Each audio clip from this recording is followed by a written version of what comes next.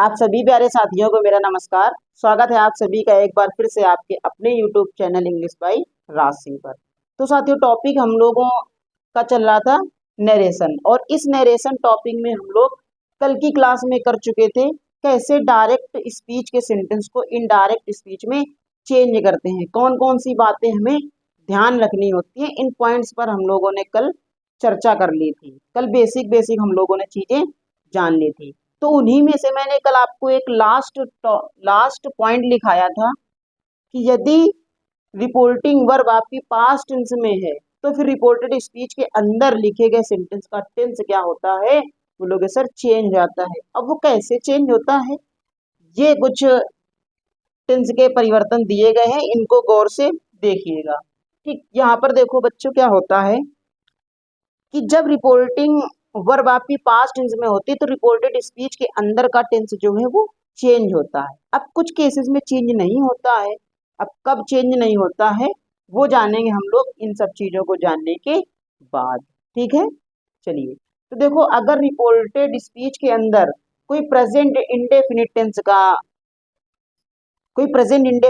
का सेंटेंस है तो दोस्तों वो चेंज हो जाएगा आपका पास्ट इंडेफिनिट में। यानी अगर वर्ब की फर्स्ट फॉर्म या फिर वर्ब की फर्स्ट फॉर्म में यस या ईएस लगा हो या फिर डू या डज लगा हो तो वो चेंज हो जाएगा इसमें वर्ब की सेकंड फॉर्म में।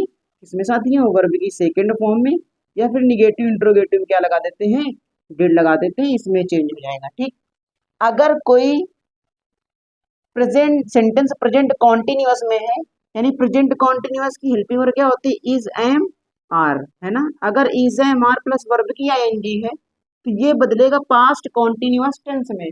और साथियों पास्ट कॉन्टिन्यूअस टेंस क्या होता है, बोलोगे सर वाज और वर्ब के साथ वर्ब में आईएनजी फॉर्म। ठीक, इसमें बदल जाएगा। ठीक है, इतनी बात क्लियर है। अगर कोई प्रेजेंट परफेक्ट का टेंस है, प्रेजेंट परफेक्ट क्या होता है सर, हैज और हैव के साथ वर्ब की थर्ड फॉर्म लगता है, यह आपका प्रेजेंट परफेक्ट है। तो प्रेजेंट परफेक्ट बदलता है बच्चों पास्ट परफेक्ट में, और पास्ट परफेक्ट बनता है हेड प्लस वर्ब की थर्ड फॉर्म से। काहे से, हेड प्लस वर्ब की थर्ड फॉर्म से, ये ऐसे चेंज हो जाएगा। अगर कोई प्रेजेंट परफेक्ट कॉन्टिन्यूअस का है, देखो प्रेजेंट परफेक्ट कॉन्टिन्यूअस क्या होता है। प्रेजेंट परफेक्ट के लिए सबसे पहले तो आप सब जानते हो हम लोग लगाते हैं क्या, बोलोगे सर हैज हैव, है ना। परफेक्ट के लिए बीन लगाते हैं, क्या लगाते हैं, बीन। और कॉन्टिन्यूअस के लिए वर्ब की फर्स्ट फॉर्म में आईएनजी लगाते हैं। ये होता है प्रेजेंट परफेक्ट कॉन्टिन्यूअस टेंस। क्या होता है बच्चों, has have plus been plus verb की आईएनजी फॉर्म, है ना। अगर इसी को दूसरे शब्दों में बोले तो बोल सकते हैं सर हैज बीन या फिर हैव बीन के साथ वर्ब की फर्स्ट फॉर्म में आईएनजी का यूज करते हैं तो वो बन जाता है प्रेजेंट परफेक्ट कॉन्टिन्यूअस। अब जब ये चेंज होगा तो ये चेंज होगा पास्ट परफेक्ट कॉन्टिन्यूअस में, यानी हैड बीन प्लस वर्ब की आईएनजी फॉर्म में, ऐसे चेंज होगा। ये हो गया चार टेंसेस का चेंज, प्रेजेंट का पास्ट में कैसे चेंज होगा। ठीक, आगे चलो बातचीत करते हैं। आगे बच्चों बातचीत की जाए तो अब है पास्ट इंडेफिनिट टेंस। अभी आपको बताया सर पास्ट इंडेफिनिट टेंस होता है वर्ब की सेकंड फॉर्म या फिर निगेटिव इंट्रोगेटिव में हम लोग हेल्पिंग वर्ब डिड का प्रयोग करते हैं। बोलोगे सर ठीक है, इतनी बात क्लियर है। तो पास्ट इंडेफिनिट टेंस आपका चेंज होता है पास्ट परफेक्ट में, और पास्ट परफेक्ट बनता है हेड प्लस वर्ब की थर्ड फॉर्म से। काहे से बहुआ, हेड प्लस वर्ब की थर्ड फॉर्म से। ठीक है, बोलोगे सर क्लियर है। अगला है पास्ट कॉन्टिन्यूअस। अच्छा, पास्ट कॉन्टिन्यूअस क्या होता है, बोलोगे सर पास्ट कॉन्टिन्यूअस होता है वाज वर्ब प्लस वर्ब की आईएनजी फॉर्म। तो ये बदलता है आपका पास्ट परफेक्ट कॉन्टिन्यूअस में, किसमें बच्चों, पास्ट परफेक्ट कॉन्टिन्यूअस। और पास्ट परफेक्ट कॉन्टिन्यूअस होता है हैड बीन प्लस वर्ब की आईएनजी फॉर्म। क्या होता है, हैड बीन प्लस वर्ब की आईएनजी फॉर्म। इस प्रकार से ये छह टेंस क्या होते हैं, चेंज होते हैं। कौन कौन से, रिपीट कर लो एक बार। प्रेजेंट इंडेफिनिट चेंज होगा पास्ट इंडेफिनिट में, प्रेजेंट कॉन्टिन्यूअस आपका पास्ट कॉन्टिन्यूअस में, प्रेजेंट परफेक्ट चेंज होगा आपका पास्ट परफेक्ट में, और प्रेजेंट परफेक्ट कॉन्टिन्यूअस चेंज होता है बच्चों पास्ट परफेक्ट कॉन्टिन्यूअस में। ठीक है, चलिए ये प्रेजेंट की बात हो गई। अब बात करते हैं पास्ट की। तो बच्चों पास्ट में क्या होता है, पास्ट में चेंज कैसे होता है, पास्ट इंडेफिनिट चेंज होता है पास्ट परफेक्ट में, और पास्ट कॉन्टिन्यूअस चेंज होता है पास्ट परफेक्ट कॉन्टिन्यूअस में। ठीक है, चलो अब बातचीत करते हैं कुछ मॉडल वर्ब्स की, जैसे विल लिखा हो या फिर शैल लिखा हो, तो इनको हम लोग विल को वुड में और शैल को शुड में चेंज कर देते हैं सब्जेक्ट के अकॉर्डिंग। यानी जब प्रोनाउन चेंज करोगे तो वहां पर जो भी सब्जेक्ट होगा उसके अकॉर्डिंग आप वुड या शुड का प्रयोग करते हो। ठीक है, जब सेंटेंस बताएंगे तो आपको समझा देंगे। आगे अगर सेंटेंस में आ रहा हो तो बेटा मे को माइट में बदल देंगे, कैन आ रहा हो तो कैन को सर कुड में बदल देंगे। ठीक, चलो अगर रिपोर्टेड स्पीच के अंदर वुड आए, शुड आए, कुड आए, मस्ट लिखा हो, ऑट टू लिखा हो, यूज टू लिखा हो, हैड बेटर लिखा हो, हैड रादर लिखा हो, वुड रादर लिखा हो, वुड बेटर लिखा हो, क्या लिखा हो, वुड बेटर भी लिखा हो, तो फिर इन सबको हम लोग चेंज नहीं करते। ठीक है, इनको हम लोग क्या रखते हैं, नो चेंज रखते हैं, इन वर्ड्स में कोई भी परिवर्तन नहीं करते। ये कुछ बातें हैं जो आपको याद रखनी है। ठीक है, अब इसमें आता है एक्सेप्शन वाला केस। एक्सेप्शन जानते हो, एक्सेप्शन की हिंदी होती है अपवाद। क्या होती है, अपवाद। चलो इसमें कुछ अपवाद ये होते हैं कि यदि रिपोर्टिंग वर्ब आपकी, यदि रिपोर्टिंग वर्ब जो है वो पास्ट में है, किसमें, रिपोर्टिंग वर्ब पास्ट में है, फिर भी पास्ट में है, फिर भी रिपोर्टेड स्पीच के अंदर का टेंस चेंज नहीं होगा।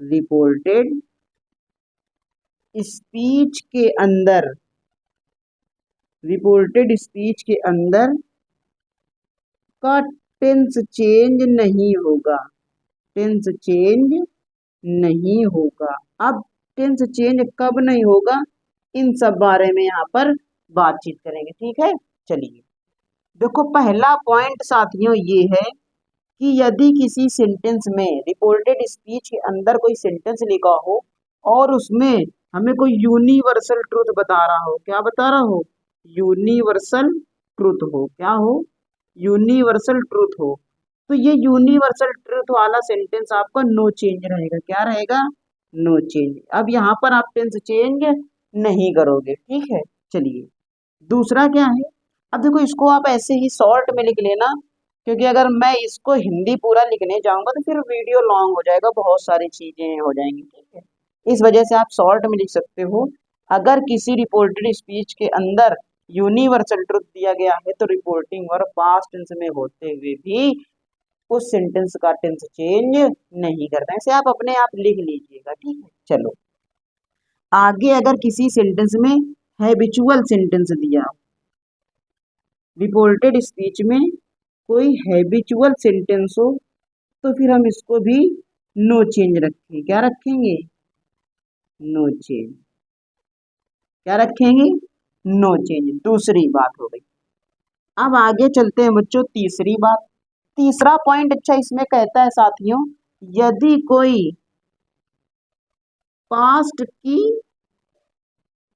कोई हिस्टोरिकल घटना दी गई हो, क्या दिया गया हो, हिस्टोरिकल इवेंट दिया गया हो, तो वो भी आपका नो चेंज रहेगा। क्या रहेगा, नो चेंज। अगर कोई हिस्टोरिकल इवेंट है तब भी आपका नो चेंज रहेगा। अभी मैं थोड़ी देर बाद इन सब चीजों के बारे में बातचीत करूंगा। ठीक है, चलिए चौथे पॉइंट की बातचीत करते हैं। सर चौथा पॉइंट क्या होता है, देखो फोर्थ पॉइंट कहता है अगर किसी टेंस में नीड नॉट आ रहा है, क्या आ रहा है, नीड नॉट, तो इसको भी चेंज करने की जरूरत नहीं होती, ये भी नो चेंज रहता है। क्या रहता है, नो चेंज। ठीक है, ये भी नो चेंज रहता है, जैसा आएगा वैसा ही लिख देंगे। ठीक, चलो पांचवा पॉइंट क्या कहता है, पांचवा पॉइंट साथियों ये कहता है कि यदि रिपोर्टेड स्पीच के अंदर कोई अनरियल पास्ट हो, क्या हो, अनरियल पास्ट,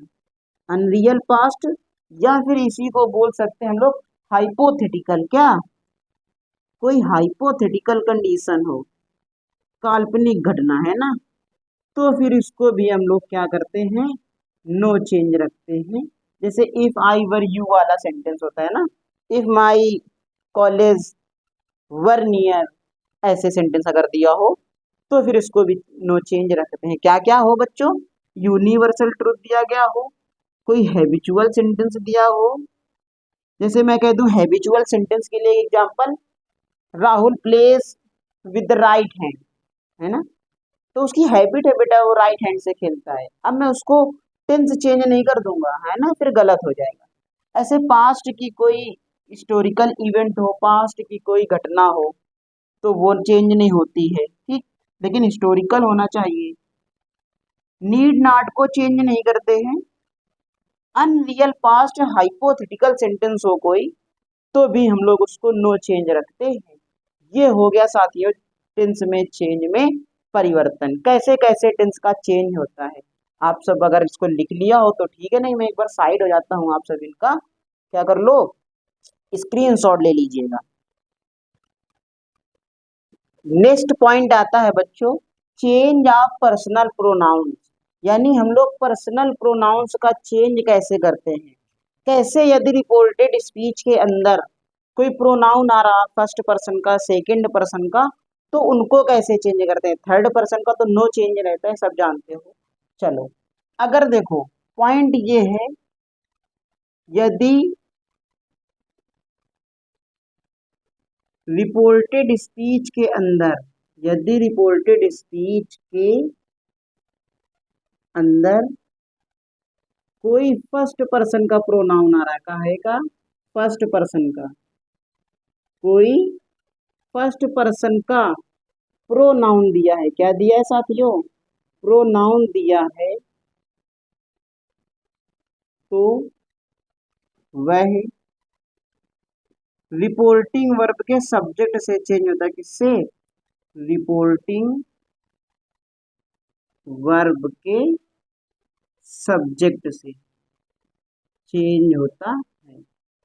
इस बात को आपको ध्यान रखना है, यदि रिपोर्टेड स्पीच के अंदर कोई फर्स्ट पर्सन का प्रोनाउन हो तो वो चेंज होता है रिपोर्टिंग वर्ब के सब्जेक्ट से, ठीक है। चलिए, दूसरा पॉइंट लिखा है, यदि रिपोर्टेड स्पीच के अंदर, रिपोर्टेड स्पीच के अंदर कोई, साथ साथ बोलते जाइए आप सभी लोग, यदि रिपोर्टेड स्पीच के अंदर कोई सेकंड पर्सन का प्रोनाउन आ जाए, सेकंड पर्सन का प्रोनाउन दिया हो, तो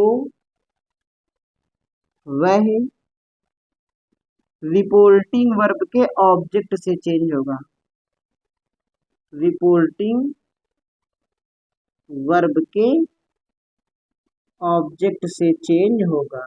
ये पॉइंट लिखते चलिए साथ साथ सभी बच्चे, रिपोर्टिंग वर्ब के ऑब्जेक्ट से चेंज होगा, ठीक। चलो, तीसरा पॉइंट इसमें लिख देते हैं, थर्ड पर्सन, ऐसे शॉर्ट में इसको लिख लो, थर्ड पर्सन नो चेंज।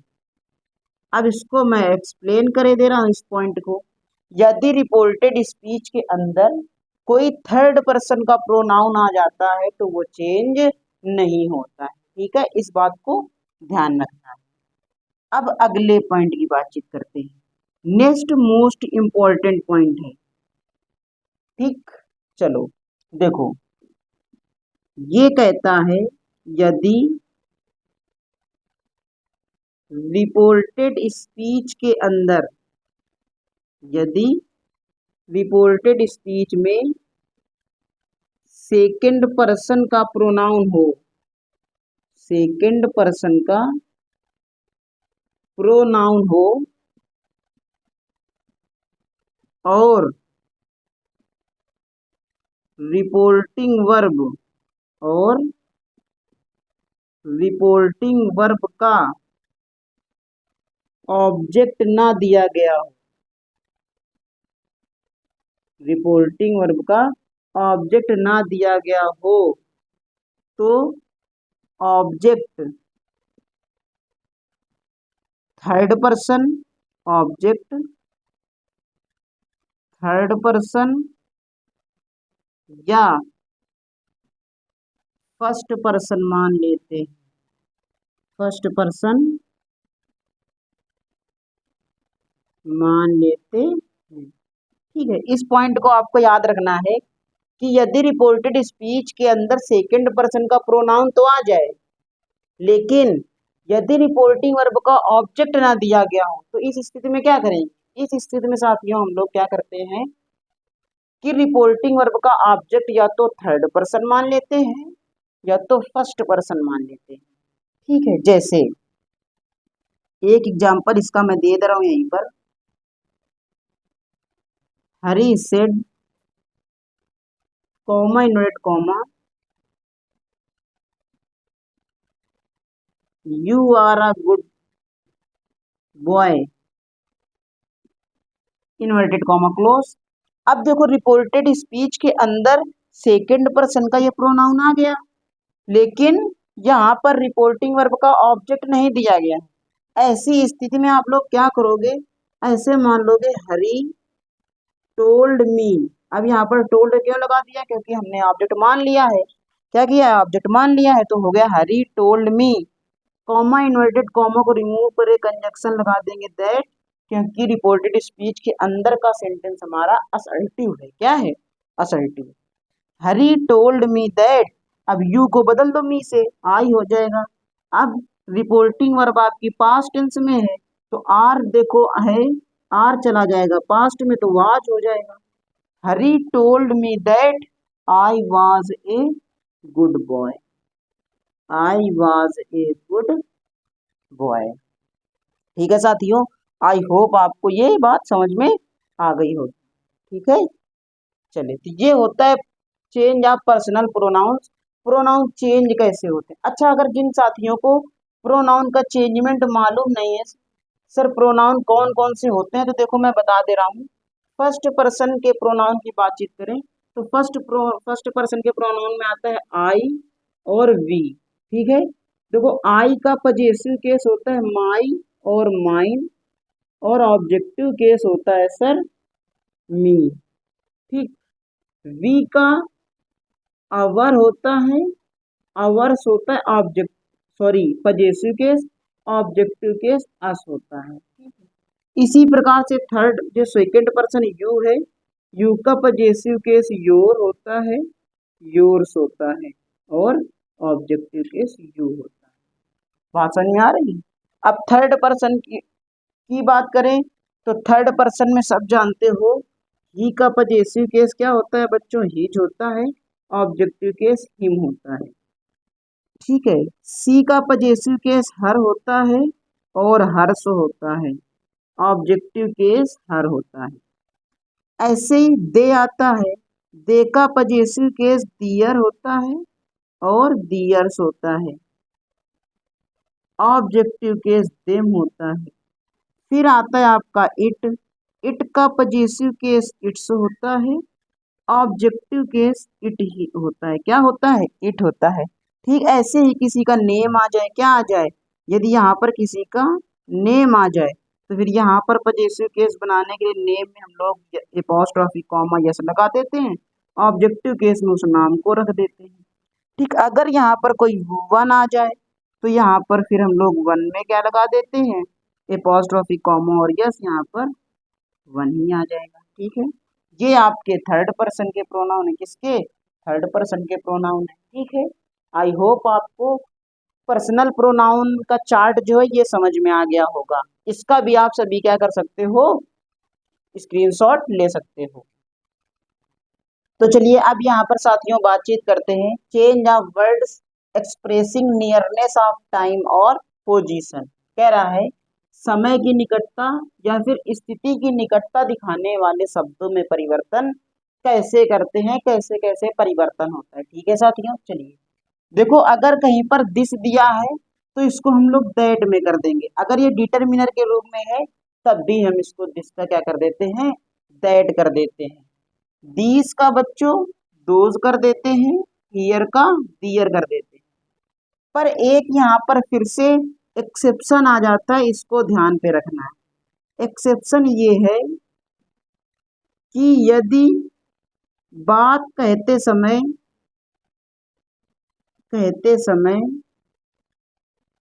वो वस्तु सामने हो तो इनको चेंज नहीं करते हैं, इनको चेंज नहीं करते हैं। इस बात का ख्याल रखना है आप, ठीक है।